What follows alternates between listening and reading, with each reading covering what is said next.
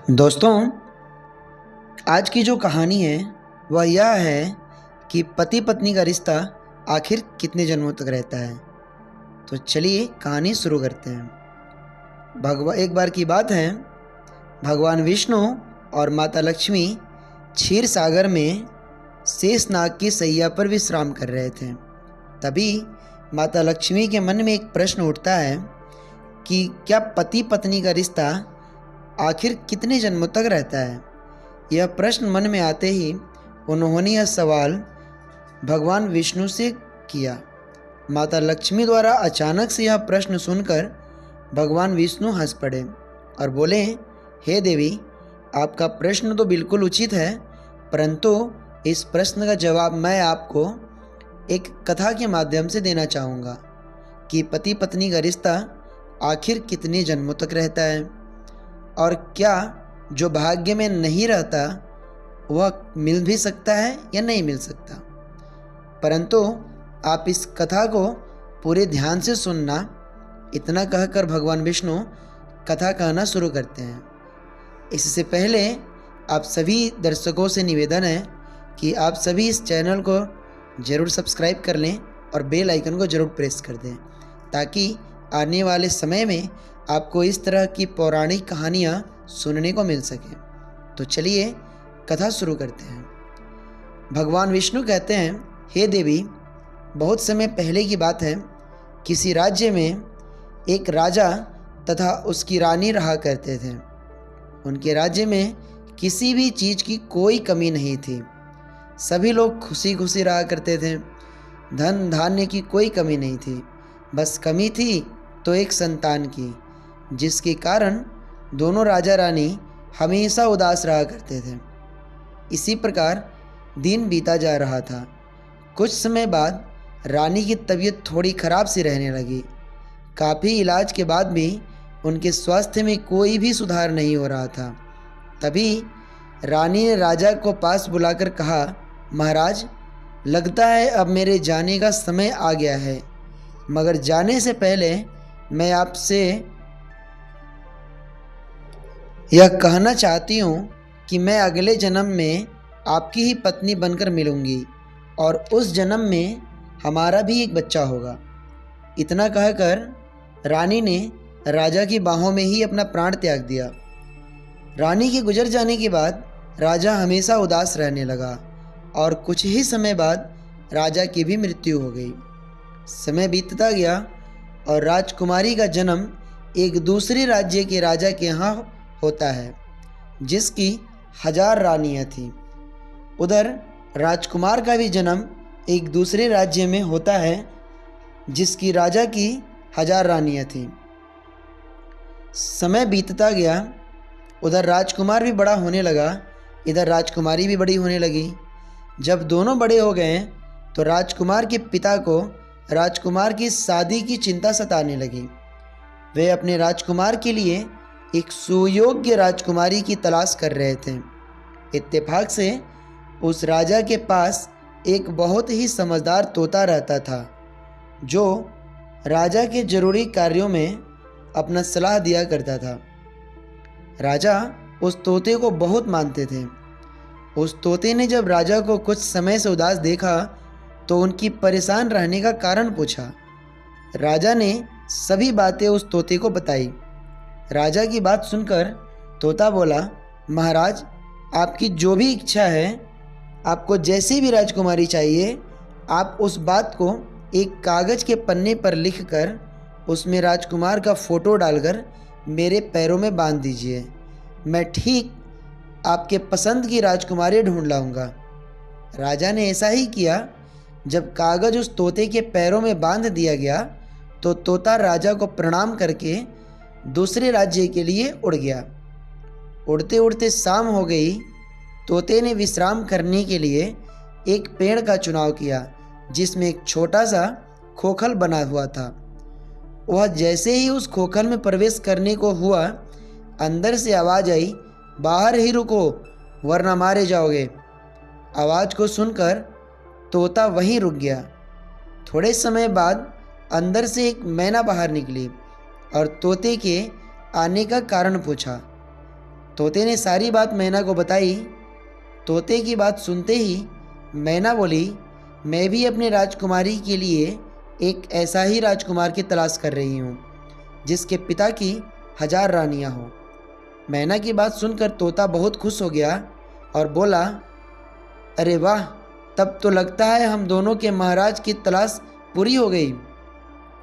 मैना तोता को अंदर बुला लेती है और बोलती है, आज रात तुम यहीं विश्राम करो, कल सुबह हम हमारे राजा के पास चलकर उनसे तुम्हारे राजकुमार के लिए हमारी राजकुमारी की विवाह की बात करेंगे।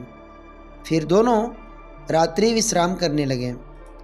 सुबह होते ही मैना उस तोते को लेकर अपने महाराज के महल में पहुंचती है, जहां राज दरबार लगा हुआ होता है, जिस कारण मैना उस तोते को राज दरबार समाप्त होने तक का इंतज़ार करने को बोलती है। फिर दोनों महल में ही राज दरबार समाप्त होने का इंतज़ार करने लगते हैं। जैसे ही राज दरबार समाप्त होता है और राजा अपने शयन कक्ष में चला जाता है, तुरंत तोता मैना राजा के शयन कक्ष में पहुंच जाते हैं। मैना राजा को उस तोते के आने का कारण और उस समय के राजकुमार के बारे में बताती है। राजा यह खबर सुनकर बहुत प्रसन्न होता है। तभी तोता अपना पैर राजा की तरफ बढ़ा देता है, जिसमें उसके राजा के अपने राजकुमार की फ़ोटो बांध रखी थी। राजा जैसे ही राजकुमार की फ़ोटो देखता है, उसे राजकुमार बहुत पसंद आता है। फिर भी तसल्ली के लिए वह राजकुमार की फ़ोटो अपनी 1000 रानियों के पास तथा राजकुमारी के पास भिजवा देता है, तथा भेजने के कुछ ही समय बाद राजा को खबर मिलती है कि सभी को राजकुमार पसंद है और जो राजकुमारी थी वह राजकुमार की फ़ोटो अपने पास ही रखी हुई है, क्योंकि उन्हें राजकुमार सबसे ज़्यादा पसंद आ गया है।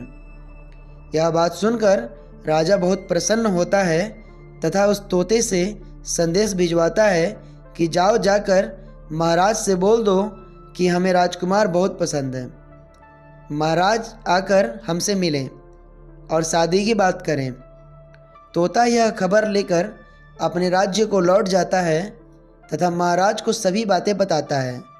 यह बात सुनकर महाराज भी बहुत खुश होते हैं और शादी की तैयारी करने का आदेश अपने मंत्री को देते हैं। अभी शादी की तैयारी चल ही रही होती है, तभी राजकुमार के पिता का देहांत हो जाता है। इससे राजकुमार के ऊपर दुखों का पहाड़ टूट पड़ता है। फिर भी राजकुमार हिम्मत करके कुछ दिनों के बाद सभी सामानों, हाथी घोड़ों सहित राजकुमारी के नगर के लिए प्रस्थान करता है। राजकुमार उस राज्य में पहुंचकर एक बगीचे में डेरा डाल देता है, मगर कई दिनों के सफ़र के कारण सभी को बहुत भूख लगी होती है, जिसके कारण उनका तोता एक पेड़ पर से आम का फल खाने लगता है तथा कुछ फल तोड़कर राजकुमार की तरफ भी फेंकने लगता है। यह सब देखकर उस बाग का माली तोते के ऊपर एक पत्थर चलाकर मारता है, जिससे उस तोते की तुरंत मृत्यु हो जाती है। यह देखकर राजकुमार अत्यंत दुखी होता है, मगर फिर भी उस राज्य के राजा के पास अपने आने की सूचना भिजवाता है। सूचना पाकर उस राज्य का राजा राजकुमार को वापस अपने प्रदेश चले जाने को कहता है, क्योंकि उस राज्य का राजा कहता है जिसका पिता की मृत्यु हो चुकी है उससे वह अपनी पुत्री का विवाह कभी नहीं करेगा। यह सुनकर राजकुमार के ऊपर दुखों का पहाड़ टूट पड़ता है। वह उसी बगीचे में एक कुटिया बनाकर रहने लगता है। कुछ दिनों बाद राजकुमारी सैर पर निकलती है। वह जैसे ही उस बगीचे के सामने से गुजरती है, वह बगीचे में एक कुटिया देखकर सोच में पड़ जाती हैं कि यह कुटिया आखिर किसने यह बनाया है। वह अपने सैनिकों के साथ उस कुटिया में जाती हैं तो वहाँ राजकुमार को देखकर चौंक जाती हैं। फिर भी वह खुद को संभालती हैं और वापस अपने महल में आ जाती हैं। महल में आने के पश्चात अपने प्रिय नौकरानी से उस राजकुमार के लिए अच्छे अच्छे पकवान बनवा कर भिजवाती हैं और बोलती हैं, यदि राजकुमार यह पकवान ना खाए तो उसे यह फ़ोटो दे देना। उनकी नौकरानी वह पकवान लेकर राजकुमार के पास बगीचे में पहुंचती है और खाने को देती है, परंतु राजकुमार वह खाने से इनकार कर देता है। तब वह नौकरानी उसे वह फ़ोटो देती है जो राजकुमारी ने उसे दिया होता है। फ़ोटो को देखकर राजकुमार तुरंत समझ जाता है कि यह वही राजकुमारी है जिसके लिए वह यहाँ आया है।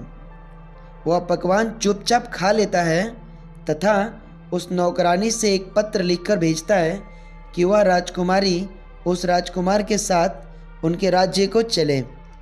पत्र लेकर उनकी नौकरानी वहाँ से चली जाती है और राजकुमारी को दे देती है। राजकुमारी पत्र पढ़कर उसी रात राजकुमार के साथ उसके राज्य को चल पड़ती है। रात्रि के समय चलते चलते वह बहुत दूर निकल जाते हैं। जब सुबह होती है तो वह दोनों एक नए राज्य में पहुंच चुके होते हैं और उन्हें भूख और थकान भी बहुत जोरों की लगी होती है। तभी उन्हें पास में ही एक घर दिखाई पड़ता है। वे दोनों जब वहां पहुंचते हैं तो उन्हें एक औरत दिखाई पड़ती है। वे दोनों उस औरत से खाना मांगते हैं। तभी औरत की बेटी की नज़र राजकुमार पर पड़ती है और वह उस पर मोहित हो जाती है। दरअसल वह बेटी की मन की बात दरअसल वह औरत एक जादूगरनी होती है, तो वह तुरंत अपनी बेटी की मन की बात समझ जाती है। वह उन दोनों को अंदर बुलाकर खाना खिलाने के लिए बिठा देती है तथा राजकुमार को हाथ धोने के लिए एक अलग कमरे में लेकर चली जाती है और राजकुमारी को भोजन परोस देती है।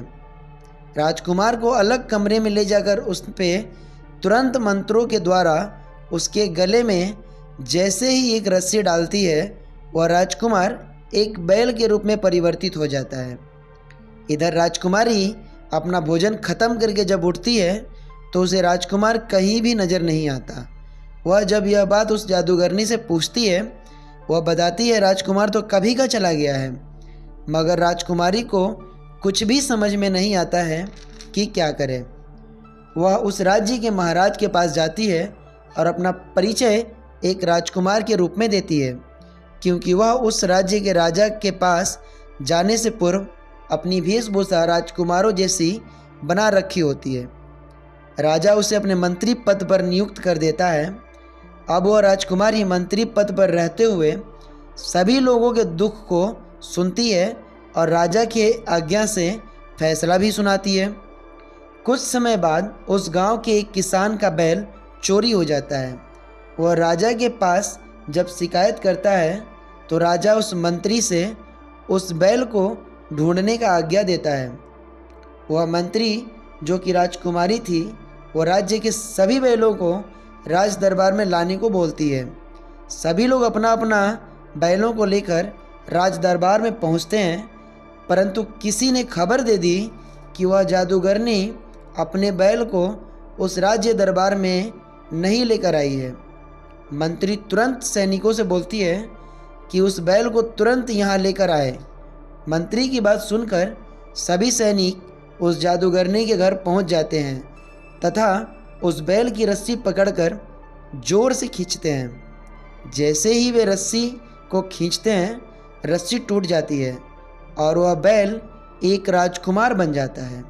जैसे ही यह खबर उस मंत्री तक पहुंचती है, वह खुद उस राजकुमार से मिलने उस जादूगरनी के घर आती है और उस राजकुमार को देखकर बहुत खुश होती है और उस जादूगरनी और उसकी बेटी को जेल में डलवा देती है और उस राज्य के सामने पहुंचकर अपने असली रूप में आती है और सारी बातें सच सच बता देती हैं। राजा भी उसकी सच्चाई से बहुत प्रभावित होता है और बहुत सारे उपहार देकर उस राजकुमार को अपने राज्य के लिए विदा करता है। वे दोनों खुशी खुशी अपने राज्य को चले जाते हैं और खुशी खुशी रहने लगते हैं। कुछ ही महीनों बाद राजकुमारी एक बहुत ही सुंदर पुत्र को जन्म देती है। पुत्र के जन्म से पूरे राज्य में खुशी की लहर दौड़ जाती है। एक दिन दोनों राजकुमारी नगर भ्रमण पर निकले होते हैं। तभी उन्हें एक पुराना विशाल बरगद का वृक्ष दिखाई पड़ता है। जब वे दोनों उस पेड़ के पास पहुंच जाते हैं तो उन्हें एक ऐसी निशानी दिखाई देती है जो उन दोनों ने पूर्व जन्म में बनाया था। यह देखते ही उन दोनों को अपना पूर्व जन्म का सभी बातें याद आ जाता है और वे दोनों फिर से एक दूसरे को पाकर बहुत खुश हो जाते हैं। इतना कहकर भगवान विष्णु माता लक्ष्मी से कहते हैं, यदि किसी स्त्री पुरुष में आपस में बहुत ज़्यादा प्रेम, आदर, सम्मान रहे तो वे दोनों अगले जन्म में भी मिल जाते हैं, जैसे ये राजकुमार राजकुमारी मिले। तथा यदि भाग्य में ना हो तो वो कभी भी हमें नहीं मिलता। जैसे जादूगरनी की बेटी को राजकुमार कुछ समय के लिए मिला और चला गया, इसलिए कभी भी गलत कर्म नहीं करना चाहिए। आज की हमारी यह कहानी यहीं समाप्त होती है। यदि आपको यह कहानी अच्छी लगे तो हमें वीडियो को ज़रूर लाइक करें और हमारे चैनल को ज़रूर सब्सक्राइब करें इसी प्रकार के और वीडियो को पाने के लिए। चलिए मिलते हैं फिर किसी और कहानी के साथ किसी और वीडियो में। तब तक के लिए आप सभी का बहुत बहुत धन्यवाद।